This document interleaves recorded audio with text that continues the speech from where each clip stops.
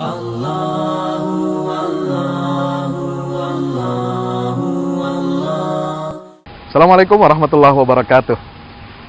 Masih bersama saya dalam UFS Menjawab. Ada pertanyaan dari netizen, Pak Ustadz, tolong jelaskan sifat-sifat atau ciri kaum munafik dalam sejarah Nabi Muhammad SAW di Madinah. Ya, benarkah kaum munafik ini dulu yang menyebarkan praktek, ya, pernikahan di luar atau hubungan seks di luar nikah? Mereka yang menyebarkan fahisah, menyebarkan seksualitas tanpa batas. Nah, ini menarik pertanyaannya. Betulkah demikian? Alhamdulillah, wassalatu wassalamu ala rasulullah wa ba'du. Ketika Nabi hijrah dari Makkah ke Madinah, ya, banyak orang-orang atau ada di antara penduduk Madinah yang dengki kepada Rasulullah SAW.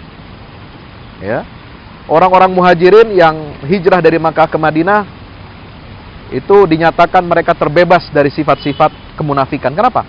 Karena mereka sudah ditempa dengan berbagai macam siksaan, dengan berbagai macam intimidasi, dengan seleksi-seleksi yang telah Allah siapkan untuk mempersiapkan mental mereka agar iman mereka ini betul-betul lahir dari hati yang bersih dan tulus, ya, karena Allah Subhanahu wa taala. Nah, fenomena kemunafikan baru hadir setelah Nabi hijrah ke Madinah, yaitu di kalangan orang-orang Madinah. Betul, mereka adalah orang-orang Ansor yang beriman kepada Nabi SAW, tetapi sebagian di antara orang Madinah itu tidak semuanya dikategorikan sebagai orang Ansor. Ya, tidak semua. Memang dua suku Ansor ini terdiri dari dua suku besar, Khazraj dan Aus. Tetapi ada sebagian di antara mereka yang mendengki kepada Rasulullah SAW karena mereka menganggap bahwa Rasulullah telah mengambil alih peran, ya, mereka yang besar di Madinah. Contohnya adalah pemimpin kaum munafik ini adalah Abdullah bin Ubay bin Salul. Ya, sebelum orang-orang Ansor beriman kepada Rasulullah, ya, di Madinah ini, di Yathrib, suku Aus dan Khazraj berperang selama puluhan tahun. Dan Abdullah bin Ubay ini dengan diplomasinya, dengan kecerdasannya, dia berhasil mendamaikan dua kubu ini. Nah, karena keberhasilan mendamaikan dua kubu ini, maka Abdullah bin Ubay memiliki ambisi, harapan, cita-cita untuk menjadi pemimpin dan pembesar di kalangan masyarakat Madinah atau Yathrib. Tetapi cita-cita itu kandas ketika mereka, orang-orang Ansor yang didamaikan dari suku Aus dan Khazraj ini, kemudian mereka beriman kepada Rasulullah dan berbaiat kepada Nabi di Makkah pada Baiat Aqabah yang pertama dan kedua. Maka disitulah dendam kesumat itu muncul, ya, kebencian itu muncul kepada Rasulullah SAW. Inilah fenomena kemunafikan. Mereka ada yang terang-terangan, ya, melawan Rasulullah, memprovokasi, bergabung dengan orang-orang musyrikin seperti Abu Amir Ar-Rahib, ya, yang akhirnya dia masuk Kristen, ya, bergabung dengan orang musyrik di Makkah untuk memerangi Rasulullah.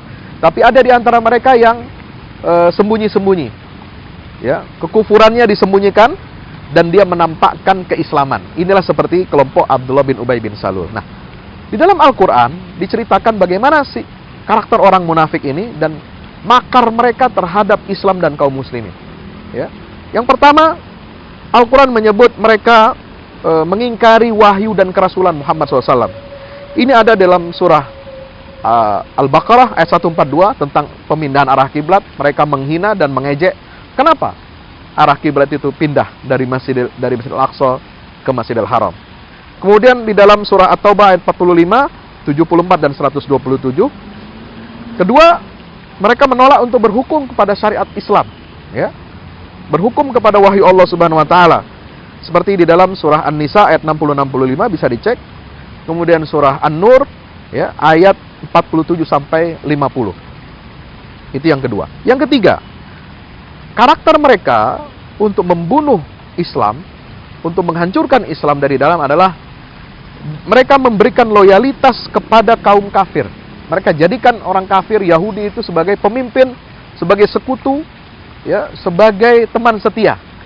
Ini sebagaimana disebutkan di dalam surah An-Nisa ayat 138 sampai 140. Basyiril munafiqina bi anna lahum 'adzaban alima. Alladzina yattakhidunal kafirina awliya'a min dunil mu'minin. Ayattaghuna 'indahumul 'izzah. Ya.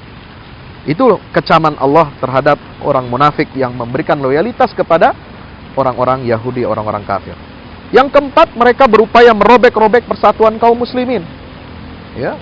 Memecah belah umat Islam dengan membuat masjid yang disebut dengan Masjid Dirar. Kisahnya ada dalam wahyu Allah, surat At-Taubah ayat 107 sampai 109. Ini cara mereka untuk menghancurkan masyarakat Islam dari dalam.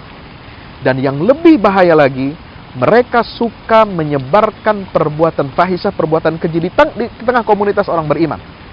Ya, seperti dalam surat An-Nur ayat 19, "Innal ladzina yuhibbuna an tasyi'al fahishatu fil ladzina amanu lahum 'adzabun alimun fid dunya wal akhirah." Ya, wallahu ya'lam wa antum la ta'lamun. Sesungguhnya orang-orang yang suka menyebarkan, ya, suka menyebarluaskan, mensosialisasikan perbuatan fahisyah. Fahisyah di situ konteks awalnya adalah berita dusta tentang Aisyah, istri Rasulullah, yang mereka tuduh selingkuh, ya. Tetapi fahisyah juga bisa berarti perbuatan keji yang bersifat umum. Perzinahan, free sex, ya, kumpul kebo, kemudian kawin kontrak, homoseksual, itu termasuk fahisyah dalam Al-Qur'an. Nah, yang mensponsori, yang menyebarluaskan, yang mensosialisasi itu adalah kebiasaan orang-orang munafik ini. Innal ladzina yuhibbuna an tasyal fahisyah fil ladzina amanu, di dalam komunitas orang-orang beriman, maka akan mendapatkan azab yang siksa yang pedih di dunia maupun di akhirat. Nauzubillah min dzalik. Nah, dalam satu riwayat oleh Imam Muslim dan Abu Dawud dari Jabir bin Abdullah Al-Ansari radhiyallahu anhu, disebutkan bahwasanya pemimpin atau gembong kaum munafik ini yang bernama Abdullah bin Ubay bin Salul itu memiliki 2 orang budak. Siapa? Namanya Umaymah dan Musaikah. Dan Abdullah bin Ubay selalu memiliki kebiasaan memaksa mereka, 2 budak sahaya ini, perempuan ini, untuk melacurkan diri dan agar mendapatkan imbalan, mendapatkan keuntungan, ya, diambil oleh keuntungannya, imbalan ini untuk memperkaya diri siapa? Abdullah bin Ubay bin Salul. Nauzubillah min zalik.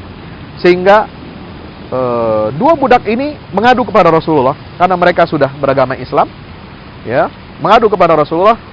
Maka turunlah ayat 33 surah An-Nur, wal yasta'fifil ladzina la yajiduna nikahan hatta yughnihum, sampai ada larangan wala tukrihu fatayatikum 'alal bigha in aradna tahassunan litabtaghu 'aradal hayatid dunya. Janganlah kalian memaksa, ya, hamba-hamba sahaya kalian untuk melacur.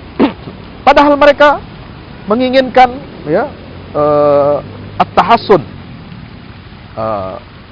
menjaga kesucian dirinya, ya. Litabtaghu 'aradal hayatidnya. Kalian paksa mereka melacur itu untuk kalian mengambil imbalan dunia yang sedikit.